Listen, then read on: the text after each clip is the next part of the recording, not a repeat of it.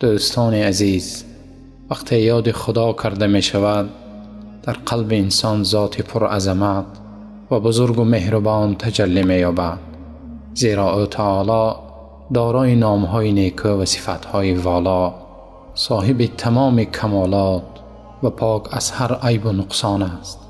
آره، یاد کردن و روی آوردن به ذات بزرگ و توانا، بخشنده و مهربان و حکیم دانا روح انسان را آرام گردانیده به سوی پاکی و نیکی سوق می دهد.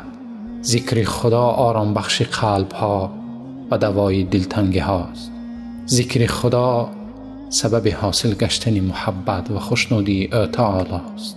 ذکر خدا حلاوت بخش روح و روان و سبب خوشبختی و کامیابی هاست.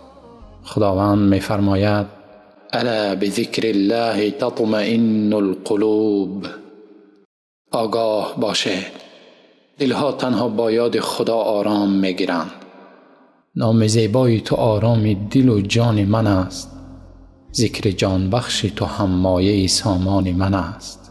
ابودرداء رضی الله عنه می گویند: هر چیز جلا دهنده دارد و جلا دهنده دلها ذکر خداوند است.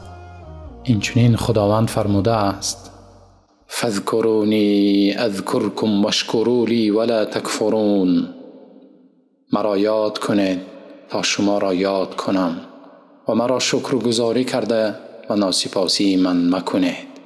در مضمون آیت مذکور آمده است که خداوند به بندگانش مهربانانه خطاب کرده می گوید: ای بندگان، مرا با شکرگزاری و طاعت و عبادت و دعا یاد کنید تا شما را با کمک و عطای نعمت یاد کنم.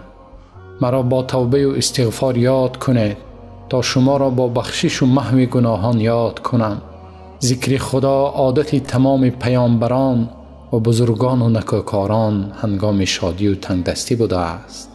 ذکر خدا عبادت بی مشقت و یگانه عبادت است که در بهشت باقی میماند. دوستان گرامی، ذکر حقیقی آن است که خداوند مهربان با قلب و زبان یاد کرده شود.